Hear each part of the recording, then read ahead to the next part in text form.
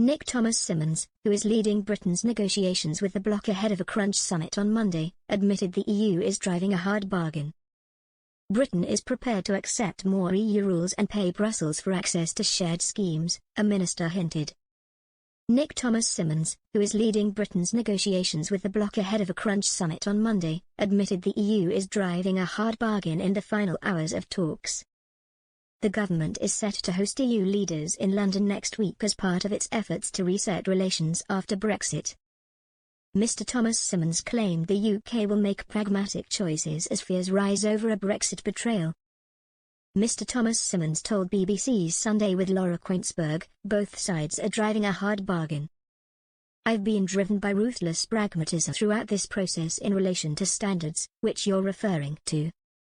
We will not compromise on our high standards. That's exactly what we did in the US deal. We don't come at this from an ideological perspective. We come from a practical perspective, where, when it is in our national interest to align on common standards, to make sure we get far easier trade, to mean that businesses that frankly have had to stop trading with the EU because of the red tape, can start trading again with the EU, but also ensuring the businesses that are currently trading across the channel but are facing all these barriers."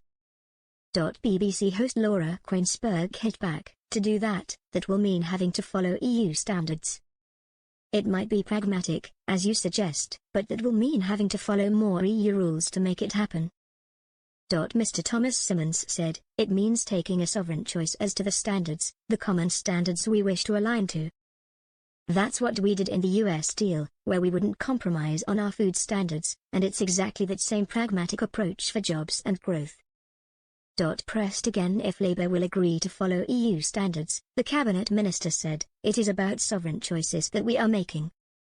We are a high standards jurisdiction. So is the EU. It's about pragmatic choices to make sure that businesses can trade more easily and we can drive growth, good for people's jobs, good for people's living standards." Mrs. Kuenssberg responded, "Will the UK contribute more money to EU schemes if we want to participate in them?" Mr. Thomas-Symonds said, "With EU schemes, we take an approach of ruthlessly assessing value for money.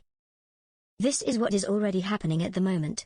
What we do is we judge it on a case-by-case basis. Is it value for money and will it deliver the jobs and growth for the British people?"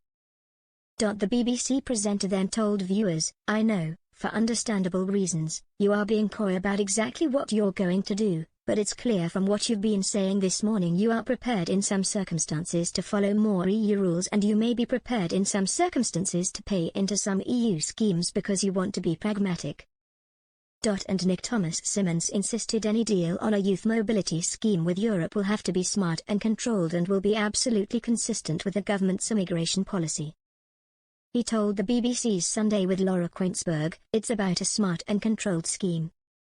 As of today we have already 13 youth mobility schemes with other countries. Nobody is remotely suggesting that that is freedom of movement with those countries. It absolutely isn't." He added, "It will be absolutely consistent with the objective the government set out in the immigration white paper last week. It is to reduce the level of net migration. That is the objective we set out last week.